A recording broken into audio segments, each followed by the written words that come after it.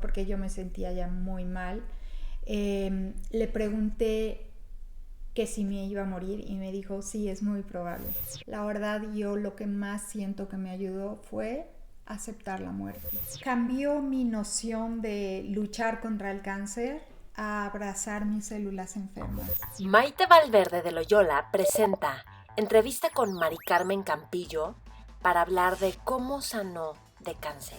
Hola, ¿qué tal? ¿Cómo están? Pues aquí estamos con Mari Carmen Campillo. Bienvenida, Mari Carmen. Muchas gracias, Maite. Pues Mari Carmen la habían detectado linfoma de células del manto. Así es. Después se leucemizó. Ajá. Y hoy ya declararon que no tienes nada. Sí, ¿no? hace 2 semanas. Ay, yo pensé que hace más tiempo. ¡Qué emoción! Sí, sí, sí. ¡Wow! Sí. Bueno, pues justo a mí lo que me interesa platicar contigo y que todos nos enteremos es qué fue todo lo que tú hiciste que te permitió, porque hubo un punto en el que te dijeron ya mejor despídete de todo, ¿no? Uh-huh. Entonces vamos a explorar este tema y espero que a un montón de personas les sirva, a familiares de personas a lo mejor con cáncer o con alguna enfermedad grave o a las personas que tienen alguna enfermedad. Y les voy a presentar a Mari Carmen. Mari Carmen es pedagoga y coordinó los programas en la SEP de Educación Socioemocional y el programa inicial de 0 a 3 años. Así es. Y estuviste 28 años elaborando programas de educación en la SEP. Sí, ¿no? Estuve 28 años en la Secretaría de Educación Pública trabajando distintos programas para la educación básica, que es básicamente de los niños más pequeñitos hasta los de secundaria. Uh-huh. Uh-huh. No, y el programa de educación socioemocional, que eso fue genial que lo implementaran. Sí, la verdad que sí tuve esa oportunidad con un grupo de expertos de llevar a cabo el diseño de este programa que actualmente está vigente. Ok, ay, qué bueno. Uh-huh. Que ayude a un montón de niños, sí. Sí. Bueno, entonces miren, y Mari Carmen está estudiando la maestría en Mindfulness también. Así es, sí. Soy compañera de Maite, que me antecedió, y sí. de nuestro maestro de meditación, y estoy muy contenta con ese estudio. Sí. Uh-huh. Pues Mari Carmen, a mí me gustaría que nos compartieras tu experiencia. Vamos a ir viendo qué te sirvió, qué hiciste, con qué te enfrentaste, por supuesto, y vamos a ir profundizando en la entrevista, pero primero, ¿cómo fue todo esto para ti? Porque pues nadie piensa, voy a tener una enfermedad y a ver qué hago con esto, ¿no? Sino de repente o uno se siente mal o algo empieza a pasar que no funciona en el cuerpo y ahí es donde te encuentras con que hay un diagnóstico después, ¿no? Así es. Pues en el 2008, que fue como el antecedente, me detectaron fibromialgia. Y al final lo que hoy dice el doctor que me trató fue que ya era el inicio del cáncer, que no se detectó tan a tiempo. Pero en el 2011, con un aspirado de médula, porque yo no me sentía muy bien, detectaron que había cáncer en la médula, era linfoma de células del manto, que es como que las células hacen un manto alrededor y se enferman. Y de ahí se pasó a la sangre. Cuando me dieron el diagnóstico, yo lo primero que hice fue decir yo quimioterapia no, porque llevaba yo como una vida muy sana, me curaba con homeopatía, con medicina natural, cuidaba mi alimentación. Por eso la verdad me parecía muy extraño haberme enfermado así, porque en general llevaba una vida sana, no fumo, no bebo, no, como de manera sana, hago ejercicio, pero bueno, ahí es donde vemos que todos los organismos se enferman, ¿no? Y el mío no era algo extraño, eso es común en la vida, la enfermedad y la muerte, ¿no? Entonces, pues me empezaron a dar tratamiento, o sea, a recomendar tratamientos, que sí, vitamina C, un tratamiento del petróleo, los imanes, todo. Al año vi que yo estaba francamente perdiendo la batalla. Ahora les contaré por qué perdiéndola a medias. Y incluso ahí fue cuando yo empecé a meditar. Y Y bueno, al ver que físicamente yo no estaba ganando mucho, pero por otro lado sí creo que estaba yo ganando a nivel espiritual y de crecimiento con todos estos tratamientos, pero físicamente no. Y una amiga me dijo, bueno, ¿por qué no le metes a la quimioterapia acompañada de todo lo demás que has estado haciendo? Entonces fue que inicié mis tratamientos de quimioterapia y estuve, pues me dieron 6 tratamientos, que más o menos es el protocolo, pero en algunos de estos tratamientos pues estuve gravemente enferma porque pues como todos saben, la quimioterapia mata también las células buenas y yo llegué a estar en aislamiento sin producción de células buenas. Entonces, ¿qué es aislamiento? Que te aíslan En un el hospital, okay. Ajá, de personas y de contaminantes y todo, porque al no tener ya células, pues cualquier cosa te puede matar, ¿no? ¿Cuánto tiempo estuviste en aislamiento? La vez que más estuve fueron 10 días y pues realmente es un proceso difícil, realmente sientes muy cerca la muerte. De hecho, me acuerdo una noche que le pregunté al asistente del doctor, porque yo me sentía ya muy mal, le pregunté que si me iba a morir y me dijo, sí, es muy probable, ¿no? Entonces... ¿Qué pasó por tu mente en ese momento? Justo también le pregunté a ella, y usted que está tan en contacto con la muerte, ¿qué recomendación me hace? Y me dijo, estar en paz, ¿no? La gente que se va bien es la gente que está en paz. Y hoy hay personas que me dicen, si tuvieras que dar una sola recomendación, ¿cuál sería? La verdad, yo lo que más siento que me ayudó fue aceptar la muerte. Y o sea, decir, me voy a morir. Me voy a morir. Y además... Pues, y estar en paz con eso. Exacto, estar en paz con eso. Eso le quita mucho estrés a la vida que te toque vivir. Sean 2 horas más o sea el tiempo que yo hoy estoy viviendo. Claro.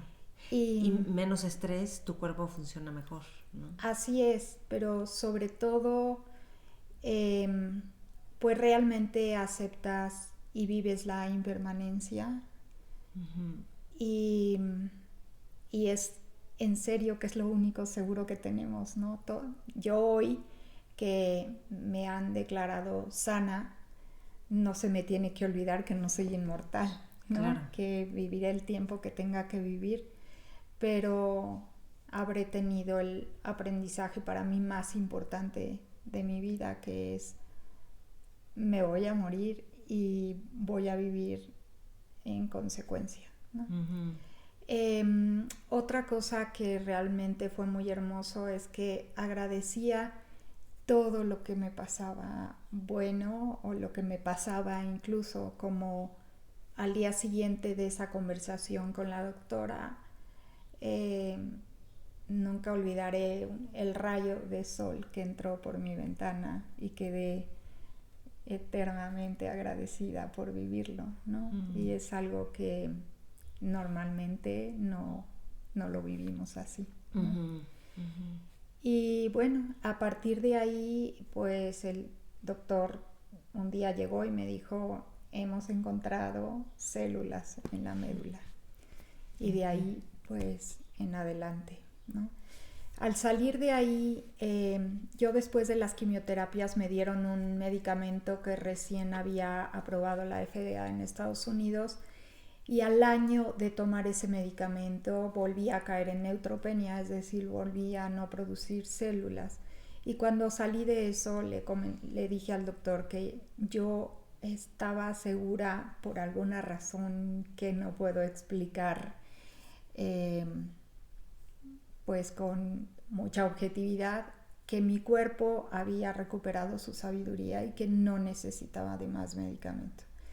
El doctor me dijo que no era el protocolo, que el protocolo era seguir insistiendo con ese o con otros, y yo le dije que no me iba a tomar nada, que estaba segura que había aprendido lo que tenía que aprender y que iba a salir adelante. Y bueno, eso el hecho de que mi doctor me haya acompañado en esto y que yo haya tomado esa decisión también, pues hoy, hace 2 semanas, me declaro completamente curada. ¿Qué es lo que aprendiste de tu cuerpo? ¿Cómo es que tu cuerpo recuperó su sabiduría? Pues que también otra aceptación que tuve, que pasó por mí, fue que si yo no curaba mi cuerpo, debía aprovechar el tiempo que me quedaba para curar, para sanar todo lo que tenía que sanar. Por ejemplo, sanar mi infancia, sanar mi sangre, mi familia. O sea, con trabajo terapéutico. Con trabajo terapéutico. Hice también un trabajo de como irme hacia atrás en mi familia, que vienen de guerra civil, ¿no? Y en como pedir perdón y perdonaron aún por mis antepasados, ¿no? Que están en mi sangre y que mi sangre estaba enferma, y yo pensaba y sentía que sanar todo eso sanaría también a mis hijos, ¿no? Wow. Y trabajaba 2 veces a la semana con una terapeuta también. ¿Hiciste constelaciones para sanar los antepasados? Exactamente. Todo el sistema, ¿no? Sí, así es. Honrar a mis antepasados. En mi familia se han muerto muy jóvenes, entonces tampoco, o sea, no honrar esa tradición de irme joven. Cuando hice el trabajo también de que podía morirme en cualquier momento, el mayor trabajo que hice fue desapegarme de mis hijos. Esto no quiere decir no seguirlos amando intensamente, pero sí pensar que ellos saldrían adelante, y mi esposo también, ¿no? Sin mí. ¿Cómo te desapegaste de tus hijos y tu esposo? Pues, o sea, que es dejarlos libres y confiar que pueden seguir una vida, ¿no? Así es, porque eso también te provoca mucho estrés.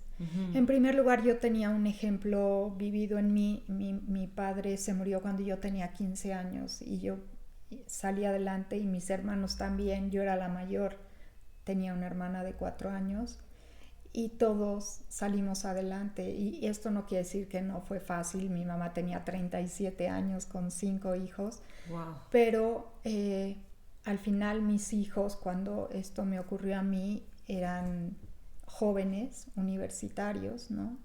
Y yo sabía que lo que había dejado en ellos trascendería también. ¿No te deprimiste en algún momento de este proceso? Sí, en muchos momentos. Porque, además de los medicamentos, también decir, híjole, estoy mal, y así se da es. para abajo, ¿no? Y bueno, es muy fácil con cáncer deprimirse, porque tú además vas siguiendo los tratamientos y crees que es en automática la curación. Y vas a tu próxima análisis y salen mal. Y eso forzosamente da para abajo, ¿no? Pero bueno, también eso fue muy importante, porque aprendí también con la meditación a aceptar lo que sentía y dónde lo sentía, y aceptar la tristeza, el dolor físico y el dolor emocional, y seguir adelante. Sí, claro. Ajá. O sea, hubo un momento donde dijiste, ya, no me interesa seguirle echando ganas. En algún punto, a lo mejor pudo haber durado media mañana, un día o una semana, pero... Sí, cómo no, sí, claro que sí, porque es agotador, ¿no? Claro.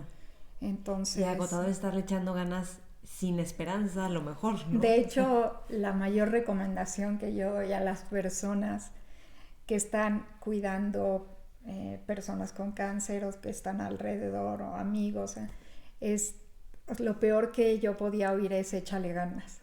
Sí. Porque es realmente injusto. Uno le está echando las ganas, todas las ganas que tiene, pero tienes muy poquita energía, ¿no? Yo pesaba 20 kilos menos de lo que peso ahora, entonces te dan ganas de decir, bueno, tú tráeme las ganas y yo se las echo, ¿no? Es muy complicado. estar en esa situación, sí. ¿Te enojaste en algún momento con la Sí. vida, contigo, con...? Sí, sí, claro que sí. Sí, muy enojada. eh, o sea, pasas por distintas emociones. El miedo yo creo que es lo que más presente estaba en mí, incluso más que el enojo, pero sí llegué a sentir enojo, pero lo que más sentí era miedo. ¿Qué te daba miedo? Pues antes de trabajar la muerte me daba mucho miedo morirme, me daba mucho miedo no saber a dónde iba uno después de esto, hoy tampoco lo sé, pero este, qué pasaba después de la vida. Eh, Irme sola me daba mucho miedo. A mí me gusta, sé estar sola, pero sé que siempre va a venir alguien, ¿no? No estoy completamente sola. Y esta conciencia de que llegamos solos y nos vamos solos es muy difícil, ¿no? ¿Cómo trabajaste la muerte? O sea, ¿qué es Pues trabajar la muerte? trabajar la muerte es... no me fue tan difícil porque era tan inminente. Se me hace que es más difícil cuando no la tienes tan presente porque pues al final es más teórico, pero cuando la sientes en tus células, ¿no? Claro. Eso no me fue tan difícil, era simplemente dejar de aferrarme a lo que estaba aquí, ¿no? Hice incluso toda una preparación de quitar todas las cosas materiales, no quería dejarle eso a mis hijos. En el 2012 se había muerto mi mamá y siento que sacamos todo de manera apresurada para ya no tener la presencia de ella y entonces dije, no voy a necesitar nada más, entonces me deshice de toda mi ropa, por ejemplo, de todos mis objetos, ¿no? ¿De más chica o actuales? O sea, de No, ese no, momento. de ese momento, Ok. de ese momento. Y me quedé con lo mínimo y O sea, también ahí practicabas el dejar ir, el el desapego. desapego, así es. Y me di cuenta también que es otro gran aprendizaje y que me gustaría continuarlo de lo poco que necesitamos para vivir, ¿no? O sea, en realidad dejé 2 pantalones, 2 pijamas, 2 pants, que era con lo que vivía, ¿no? Claro, no salía por lo mismo de que no podía contaminarme y si salía tenía que salir con guantes, con mascarilla, ¿no?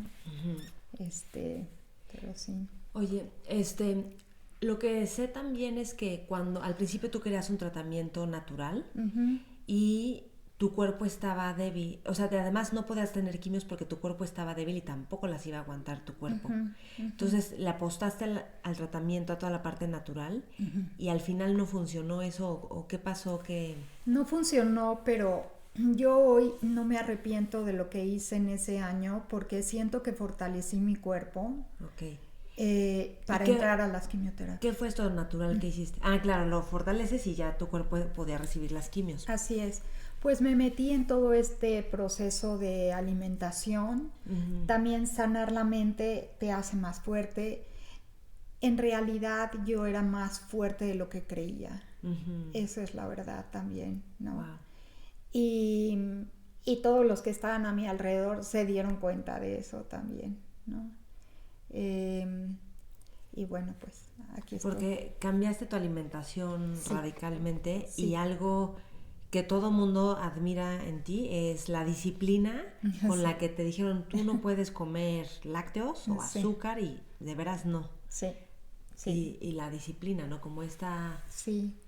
Esto es, bueno... Casi como una ofrenda a la vida, ¿no? Exactamente. Que no viene de nada porque yo en general siempre he sido disciplinada, ¿no? Es un hábito que cultivo, pero tuve que ser mucho más disciplinada para atender a todas las recomendaciones que me hacían efectivamente era 0 lácteos, 0 gluten, 0 azúcar, ¿no? Al principio tampoco comía carne, comía pescado y pollo, pero el doctor, cuando entré a las quimioterapias, mi doctor me pidió que comiera carne roja para subir los niveles de hemoglobina. Okay. Era muy importante porque los perdía muy fácilmente. Y también aceptando que yo estaba también en otro tipo de medicina, él aceptó que yo no tomara azúcar, no tomara lácteos, ¿no? Tomara muchos más vegetales, y yo también en un signo de confianza tomé la carne roja que él me pedía 2 veces a la semana. Ok, que la idea de los no lácteos y no azúcares porque se desinflaman las células. Sí, el gluten, por ejemplo, también. Hiciste estudios de sangre y todo esto. Sí, bueno, estudios de sangre me hacían cada mes. Ajá. Pero para saber qué alimentos no te convenían. Eso lo hice después. El protocolo que seguí el primer año fue basado en investigaciones que hay sobre la inflamación y el cáncer, y lo dejé de hacer. Dejé de tomar estos alimentos inflamatorios, y después, cuando ya no estaba tomando medicamento, fui a Nueva York a una clínica donde te hacen unos estudios y ven en cada persona qué es lo que le hace mal. Y yo, por ejemplo, sí tenía mi organismo mucha relación con los alimentos que inflaman, específicamente con el gluten. Al día de hoy yo no tomo gluten.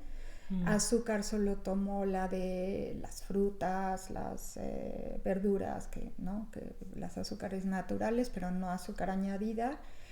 Y lácteo, eventualmente puedo tomar queso en algún momento, pero no en la cotidianidad. Y es básico, y el gluten sí, completamente suprimido. Ok. ¿Por qué siempre has cultivado la disciplina? Pues yo creo que nunca me he hecho esa pregunta, pero yo creo que como por un aspecto de supervivencia a raíz de que murió mi papá, me daba seguridad. O sea, ¿qué dijiste acerca de la disciplina? ¿Qué decisión tomaste? Pues que si yo seguía disciplinadamente hábitos, o si tenía buenos hábitos de estudio, buenos hábitos de salud, pues no iba a requerir tanto, siendo tan chiquita, de una figura paterna que me protegiera. Okay. Yo me sabía cuidar. Ajá. O sea, fue tu estructura de soporte. Sí. Sí, es que sí da eso.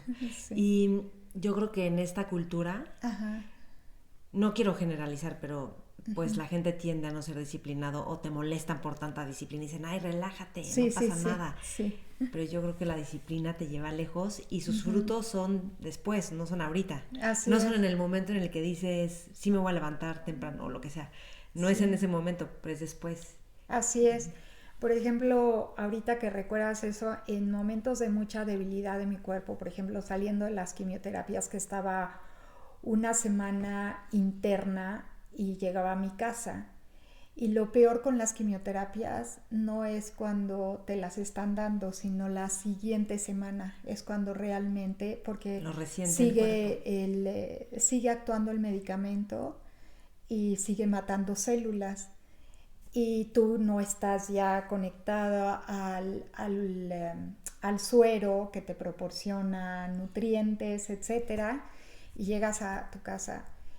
Y estaba yo con mucha debilidad, pero en cuanto podía pararme de la cama, lo primero que hacía era arrastrarme hacia la caminadora que tengo en mi cuarto, subirme por los tubos de la caminadora y prenderle para empezar a caminar. Y bueno, el doctor dice, eso es una gran disciplina, porque no tienes energía. Pero yo sabía que si dejaba de trabajar mis músculos y dejaba de tener una actitud de vivir y hacer, y además no podía salir, ¿no? Para no contaminarte, pues me iba a ir para abajo. Entonces sí requieres de mucha disciplina. Y de comer para no seguir adelgazando, a pesar de que tienes mucho dolor y muchos problemas digestivos y pocas ganas de comer. ¿Cuál era tu motivación en todo este proceso? Pues mi motivación ni siquiera en algún momento era seguir viviendo. En realidad yo muchas veces sentí que era el final, pero pues seguir bien hasta el final.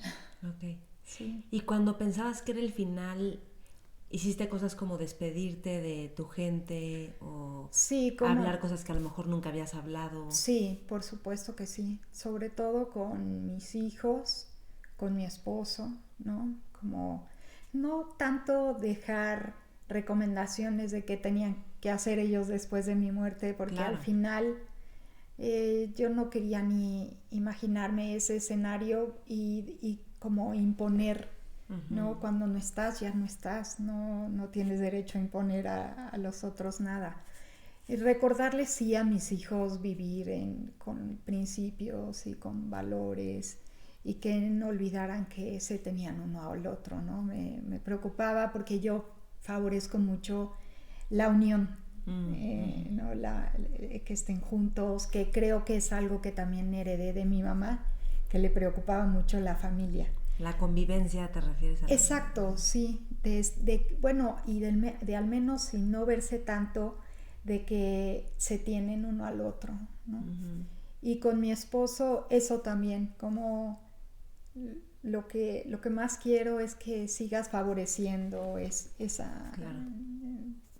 Trabajo en familia. ¿Y tú cómo veías a tus hijos y a tu esposo? O sea, porque obviamente supongo que ellos trataban de estar bien contigo, como siendo muy complacientes, supongo, ¿no? Uh-huh. La gente tiende pues a atender al enfermo. Uh-huh. Pero yo creo que el enfermo se da cuenta del dolor que ellos están teniendo y que, ¿no? Sí, la verdad que sí.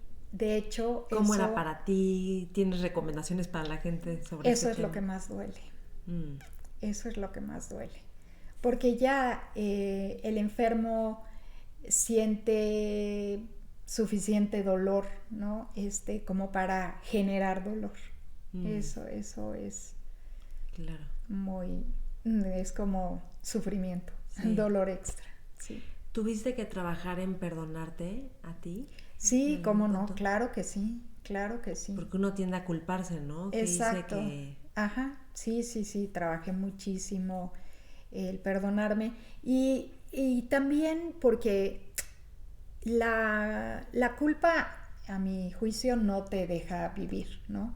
Entonces, perdonarse en el sentido que hoy yo entiendo el perdón, que es que hiciste lo mejor que pudiste en ese momento, uh-huh. con las herramientas que tenías, con la educación que tenías, con las carencias que tenías, y es como más una aceptación, porque tampoco puedes cambiar, digamos, lo que hiciste o el daño que pudiste haber causado a otro, y también perdonar, ¿no? Perdonar en el mismo sentido, en aceptar que esa persona que pudo haberte causado algún daño es él o ella y sus circunstancias, uh-huh. y su niñez y su manera de ver la vida, uh-huh. y ese tipo de perdón es con el que hoy vivo. Sí. Ajá. ¿Cómo entra la meditación aquí? Porque compartiste que empezaste a meditar. Uh-huh. ¿Cómo ayudó a todo este proceso? ¿Por qué decidiste empezar a meditar?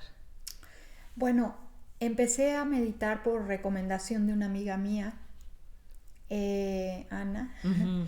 Sí. Y en el momento que yo empecé, mi maestro estaba dando meditación del cuerpo, justamente. ¿Pero ella qué te dijo? ¿Medita para qué? O sea, no, ella me dijo, fíjate que en este momento están dando una meditación que tú que estás experimentando tanto dolor, a lo mejor te sirve, es precisamente la meditación enfocada en el cuerpo, ¿no? Sí. Con conciencia en el cuerpo. Que voy a hacer un paréntesis, que normalmente, o sea, muchas personas piensan que meditar es como para relajarte y que se quite el dolor, uh-huh. pero justamente es para estar consciente del dolor y aceptarlo. Así es. Y sentirlo. Este tipo de meditación que es mindfulness, de conciencia plena, ¿no? Sí, y como ya te he platicado que mi antecedente no venía de tomar medicinas, yo para el dolor tampoco tomaba medicinas. Entonces, cuando vi que podía yo abrazar mi dolor, sentir exactamente dónde era, respirar profundamente y mandar con la exhalación que se distinguiera un poco, experimenté claramente cómo bajaba el nivel del dolor. Incluso en algunos momentos llegué a hacer esto con tanta conciencia que cuando estuve muy grave sin células, sentía que no reproducía células.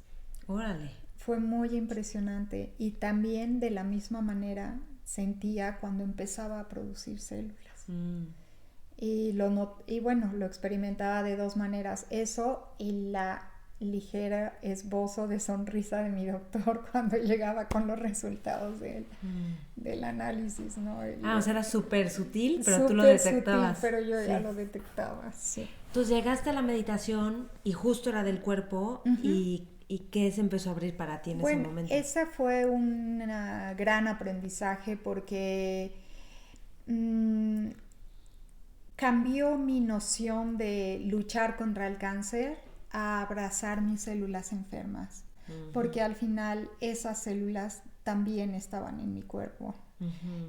Hay distintas maneras de ver. Yo he visto personas que dicen, no, la quimioterapia es el veneno que mata las células y les funciona. Yo no soy quien para decir esto sí, esto no, ¿no?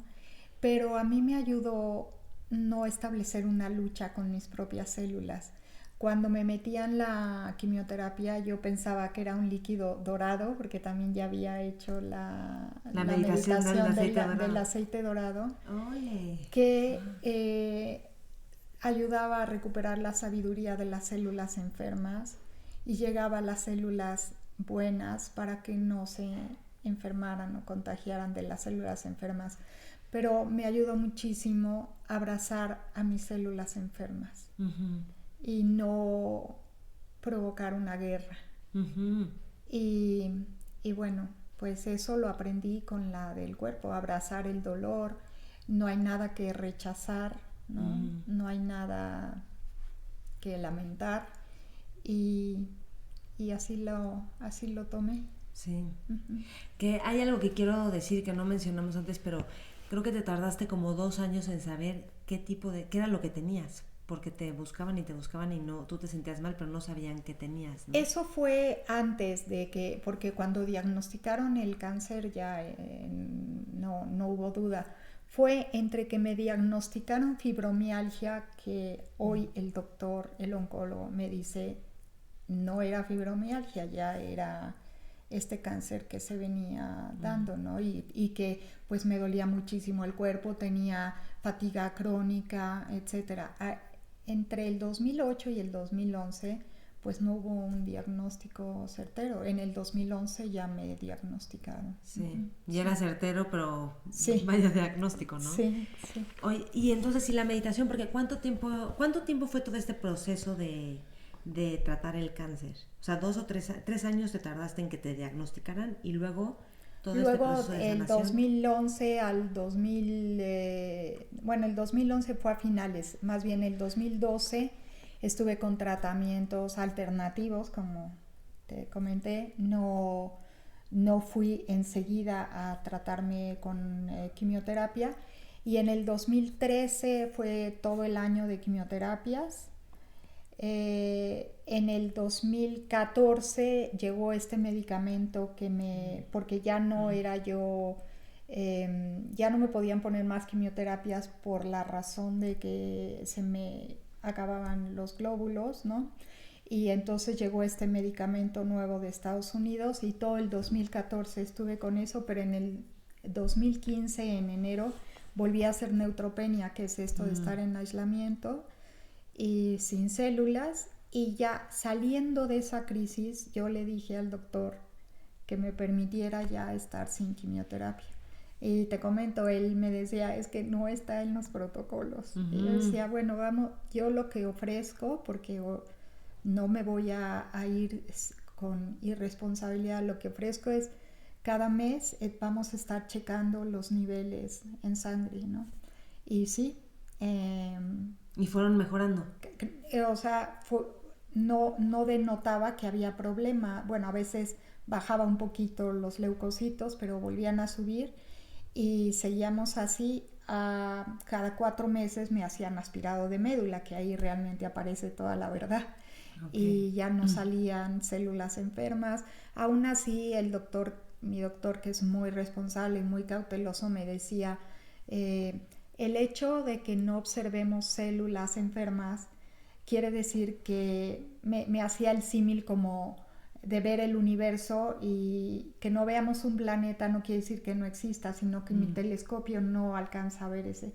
Lo mismo con los microscopios que hay hoy en día.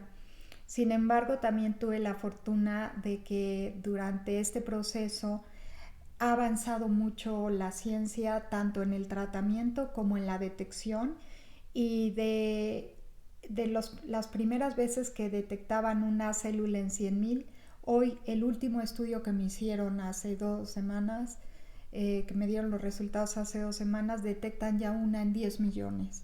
Vale. Por lo que te pueden decir con mayor certeza, no encontramos cáncer. Me dio el informe el doctor y en todo sale 000. Me hicieron 3, el PET, biopsia de hueso y aspirado de médula. Le digo, nunca me dio tanto gusto sacar 000 claro. En todos mis estudios, claro. En todos los análisis, sí. Wow. Y lo que sé también, bueno, pero fueron 5 años, ¿no? Que estuviste, sí. Pues del 2015 al 2020. Así es. Ahora, lo que sé también es que, no sé si los aspirados de médula son los raspados de médula. Sacan la médula para analizarla. Pero ahí tú te los echaste sin anestesia. Bueno, es que hay la posibilidad de hacerlo con anestesia general o no. Bueno, con anestesia local sí te ponen. Pero yo le pedí al doctor, en este camino que ando, de hacerlo con respiración. Y porque al final yo tenía una lógica. Esta no es una recomendación para todo el mundo. Realmente, pues hay mucha gente que se quiere evitar el dolor y está bien. Pero yo sentía que en este proceso de abrazar mi dolor, con anestesia o sin anestesia, el procedimiento es el mismo, pero yo lo que hago es acompañarme, y sé además que puedo controlar mi respiración para no moverme, porque no es fácil te puedes llegar a mover, y eso, el procedimiento sería muy complicado, porque te pueden pinchar un nervio, ¿no? Es una aguja que entra y aspiran la médula y la saca. Es un procedimiento muy corto, ¿no? No es una operación a corazón abierto, pero de todas maneras tienes que tener mucho control para no... Entonces tú lo hacías porque querías acompañarte y acompañar el cuerpo. ¿Y en esos momentos qué hacías o qué pensabas o cómo lo hacías? Pues lo que hago es entrar en respiración profunda y como situarme, o sea, esto es lo que hago yo personalmente, situarme de la mitad de mi cuerpo para arriba, como situar toda la conciencia y dejar la médula, la sacan de la cadera, y dejar como libre esa parte y tener toda mi conciencia en la respiración muy profunda, muy profunda. Okay. Lo que hace también que se bajen los latidos del corazón, ¿no? Que tengas pulsaciones muy lentas, mientras el doctor hace el procedimiento que dura 3 minutos, 4 minutos, sin mover absolutamente nada, ni las piernas, ni nada, ¿no? Y al acompañar el cuerpo, ¿qué es lo que tú sientes que hacía en el cuerpo? Pues por lo pronto una recuperación inmediata, no tengo que recuperarme de la anestesia, ¿no? O sea, otros agravantes con el riñón, etcétera. Yo salgo de ahí, me visto, me paro, me voy, y lo que hago aquí sí es reposar en lo que se recupera, o sea, produces médula, ¿no? Otra vez. Y pues el procedimiento no deja de ser duro, pero estoy como en conciencia de lo que ocurrió. ¿Y qué te decían los doctores cuando dijiste, no, yo sin anestesia? Bueno, hay alguna otra gente por mucho miedo a la anestesia que prefiere hacerlo así porque el procedimiento es muy rápido, pero son pocos, la verdad. Ok. Y me gustaría regresar a la... Ah, no, espérame, algo te iba a decir del cuerpo. Ok. Bueno, y tú sentías el cuerpo y acompañabas el cuerpo.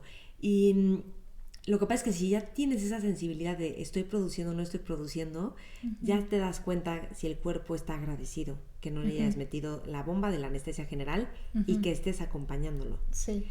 Y lo que quería preguntarte es la meditación, porque todo esto es meditación, o sea, aceptar la muerte, darte cuenta de la impermanencia, poder estar con el dolor sin añadirle. La gratitud. La gratitud. Otra ¿Y cuestión. cuánto tiempo ibas meditando? Perdón.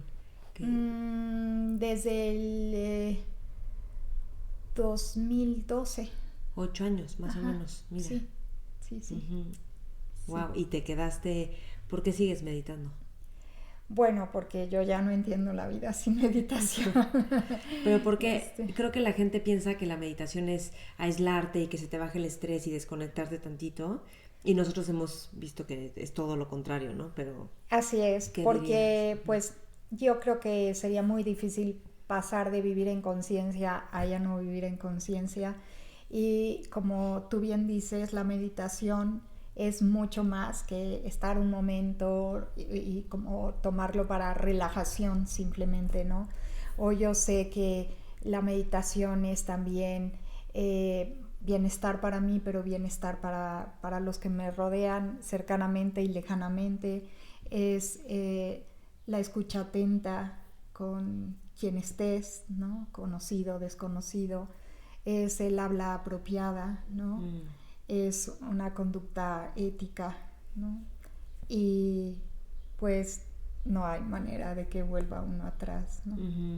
Es la meditación para la vida, que es justamente lo que propone nuestro maestro, ¿no? Que no es la meditación en el cojín de meditación o en la postura de meditación, sino estar pues con calma para ti y proporcionando calma a los demás. Es buscar bienestar en la adversidad, que es uno de los mayores aprendizajes que yo aprendí, que no tenía salud, pero gestionaba bienestar para mí y para los que me rodeaban. Ole. Métanse a la página meditacionparalavida.org, ¿verdad? Sí. Algo ibas a decir hace rato, no sé si te acuerdas que interrumpí. No me acuerdo. Ok. Entonces, otra cosa que a mí, bueno, ¿cómo juega aquí la autocompasión? Y vista la autocompasión como que te acompañas en tu dolor, ¿no? Y busca, o sea, cuando uno siente compasión es acompañar el dolor de otro y también, pues, velar por su bienestar o desear que esté bien la persona. Y creo que tú has trabajado mucho en la autocompasión. Pues sí, otra característica pues que me solía o suele acompañar es como mucha exigencia, que hay, digamos, la parte positiva de la disciplina es todo lo que te permite, pero en la parte negativa es mucha exigencia en uno mismo, ¿no? O perfeccionar, o sea, todo lo que haces. Y creo que la autocompasión es justamente entenderte imperfecta, vulnerable, necesitada, ¿no? Eso. Algo que también me ayudó mucho es durante el tiempo que estuve en aislamiento, pero también en las quimioterapias, no era conveniente ver gente. Y eso me hizo estar mucho tiempo en silencio. Y el silencio es verdaderamente muy poderoso. ¿Por qué? Porque me permitía hacer introspección y me permitía también sentirme en conexión, sin ruidos, en conexión con todo, con el universo.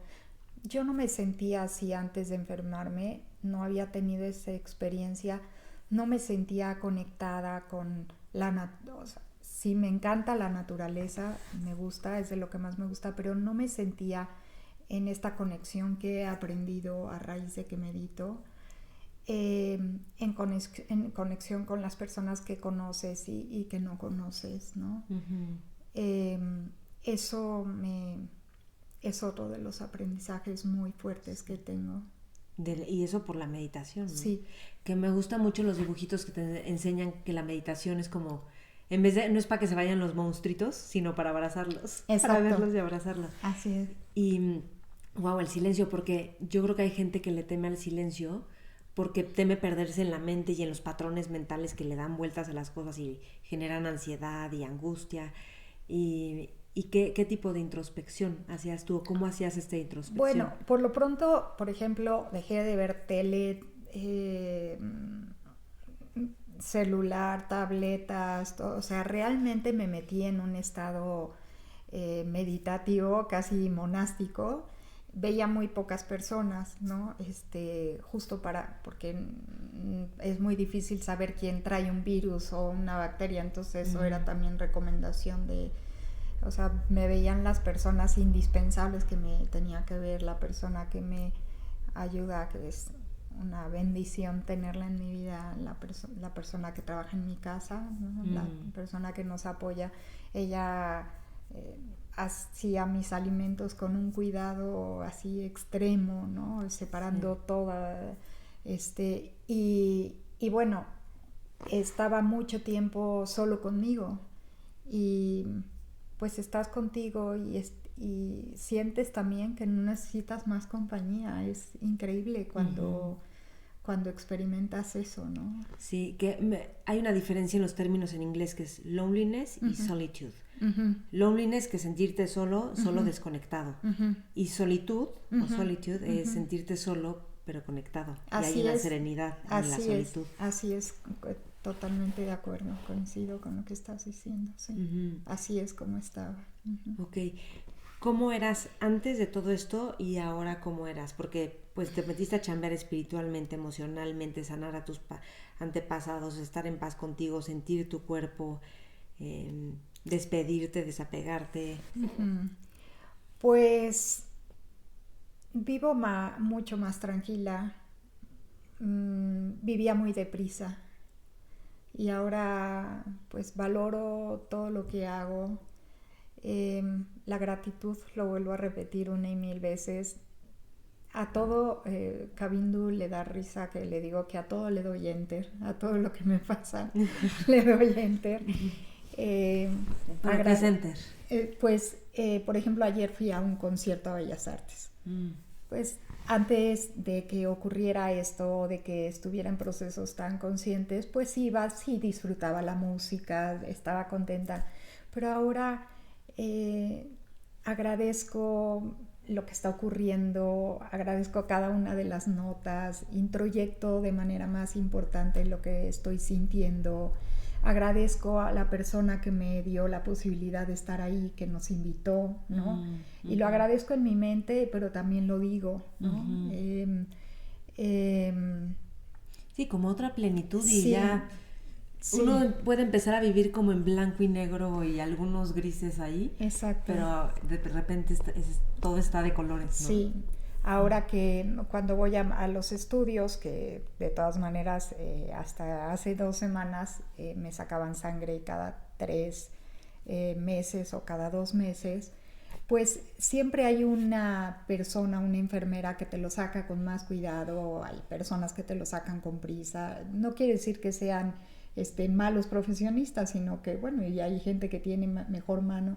Agradezco explícitamente así, pero viéndola a los ojos, gracias por el trabajo que haces por mí, por hacérmelo con cuidado, por no lastimarme, te agradezco mucho que lo hagas con tanta responsabilidad. Y así me he acostumbrado y noto, las primeras que lo hacía yo decía, a lo mejor me estoy pasando, ¿no? Pero realmente le voy a expresar lo que siento, pero noto que las personas lo reciben con mucho gusto también y con mucha gratitud. Hay como una conexión muy linda, ¿no? Y no dar nada por sentado, ¿no? Entonces vivías más deprisa y ahorita disfrutas más la vida y agradeces. Sí, estoy más en calma. Yo creo que dejaste ir miedos, ¿no? Si has trabajado con miedos. Sí, todavía es un tema pendiente. ¿no? Seguir trabajando Pues, más el miedo, pero siento también que la gente quiere más conectarse conmigo porque brindo calma o paz o tranquilidad. También eso es muy lindo porque das y recibes, ¿no? sí. Y yo creo que esta conciencia de los otros Ujú. también te saca adelante. Sí. Porque alguien que se puede empezar a desconectar y ya no tengo ganas de nada, entonces como que pierdes la ilusión de cosas. Por ejemplo, uno de tus hijos me decía que te daba ilusión la boda de uno de tus hijos, Sí. los nietos. Sí. Pero eso tiene que ver con estar conectada, Sí. viendo acá afuera la vida, Sí, ¿no? sí, así es, así es. Y bueno, hoy viví para vivirlo. Mis hijos, fui a la boda de mis 2 hijos, tengo 2 nietos, vienen otros 2 en camino. Ay, qué padre. Entonces, bueno, sí, son los regalos de seguir viviendo.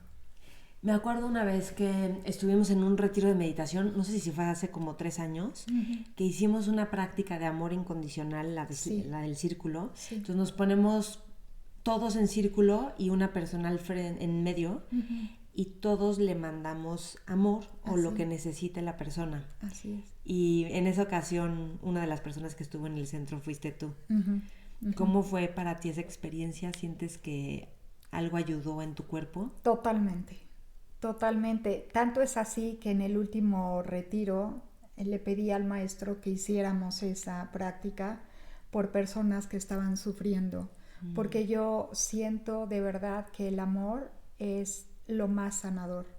Es más, cuando yo estaba mal y de repente veía, obviamente yo no tomaba alcohol, pero veía a los de alrededor decir salud, le decía yo a mi marido, debemos de decir amor, porque yo ante la falta de salud siento que lo más importante no es la salud, es el amor, es Ole. el amor. Y eso lo viví en carne, de verdad no tenía nada de salud, pero tenía todo el amor. Wow. ¿Y qué cambio sentiste? O sea, A partir de la práctica, pues yo le digo a nuestro maestro que sí considero que eso para mí, o sea, no te sabría decir exacta, o sea, creo que fueron una serie de cosas, ¿no? Porque fue mucho lo que trabajé, esto del pasado, Claro. trabajar con el perdón, trabajar a mi niña, pequeña, trabajar. Nuestro niño que tiene miedo Exacto, y que quería amor y ser visto. así es, trabajar a mi juventud, trabajar mi orfandad, pero esto de recibir amor de los demás y además dado de esa manera incondicional de personas que ni te conocen, pero están poniendo toda la intención en que tú recibas lo que debes recibir, ni siquiera te ofrecen algo que ellos piensan que necesitas, ¿no? Sino que te dan el amor y toda su energía para que tú la construyas, la recibas y se transforme en lo que necesitas para estar bien. Así lo sentí yo. Sí. Y voy a mencionar y la alimentación, porque Sí. todo el mundo hace énfasis en tu disciplina con la alimentación Sí. y creo que también hay que considerarlo. Sí. Fíjate que yo la súper recomiendo, la del círculo y le mandas amor Sí. a la persona. Yo en mayo, más o menos, que justo estaba con el cierre de la maestría y además estaba como atorada en el cierre de la maestría y en asuntos profesionales que nos estaban cerrando y tenía angustia, miedo y además resistencia. Yo me resistía a terminar la tesis científica pero le estaba pasando mal, me sentía muy atorada. Hice esta práctica en un curso con Cabindo. Ya, ¿quién quiere estar en el centro? Y yo dije que yo, aunque es algo totalmente diferente, ¿no? Y estuve en el centro, me quedé con una como paz y confianza en la vida y amor.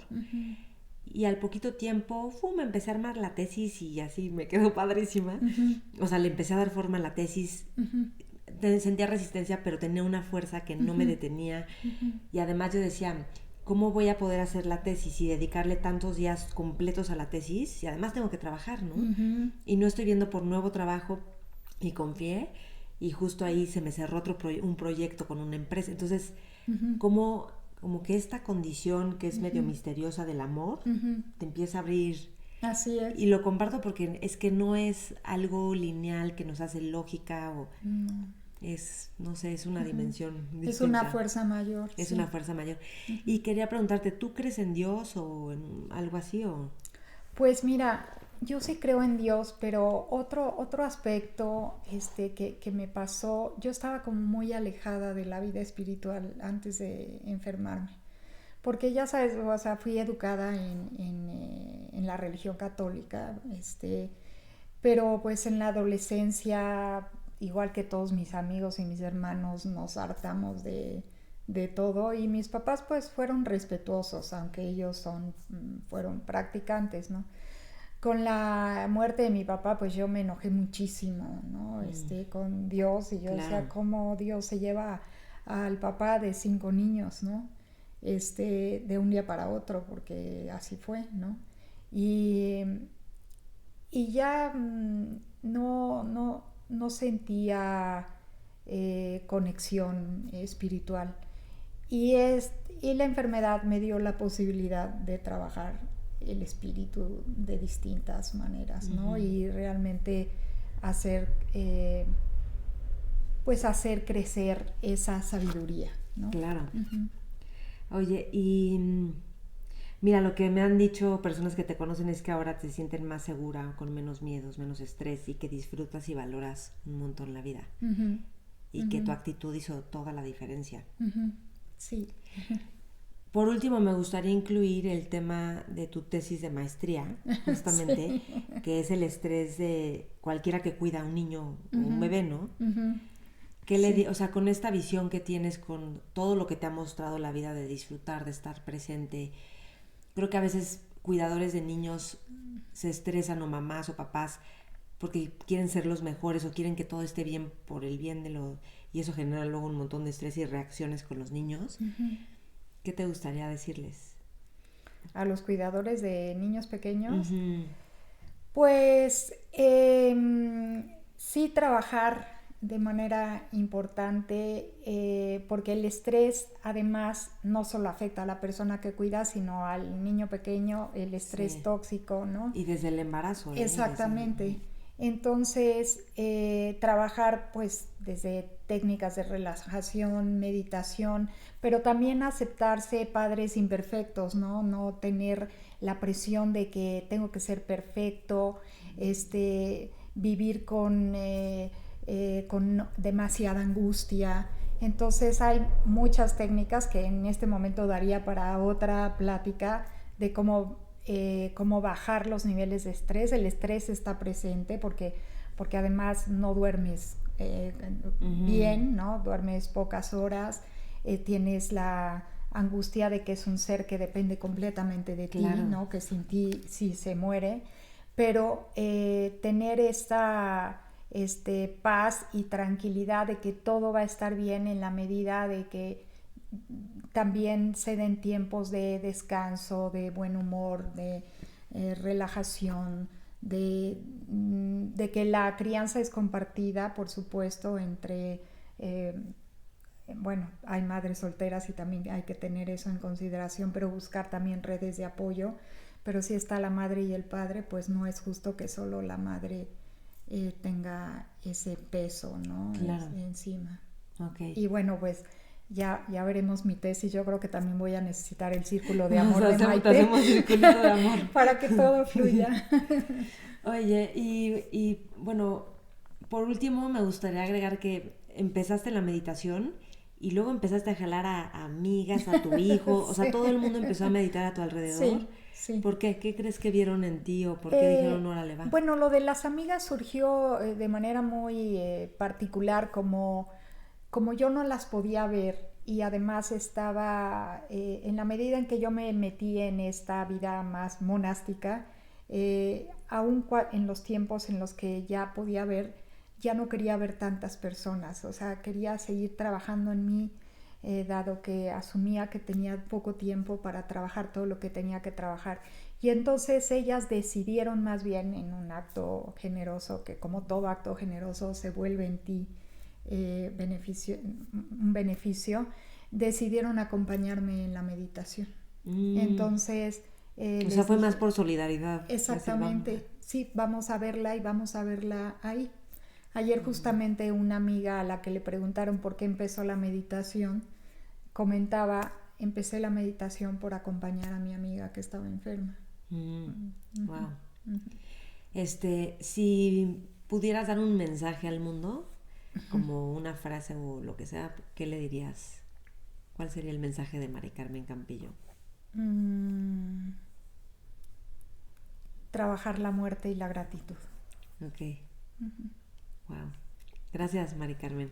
Gracias a ti. Pues qué gusto. Muchas gracias. Espero que esto le sirva a personas enfermas, no enfermas, con familiares, y que sea algo para honrar la vida. Así es. Sí. Bueno, pues con esto nos despedimos. Muchas gracias, Maite. Honrando, muchas gracias a todos los que trabajando la muerte y la gratitud. Así es. Gracias. Gracias. Gracias.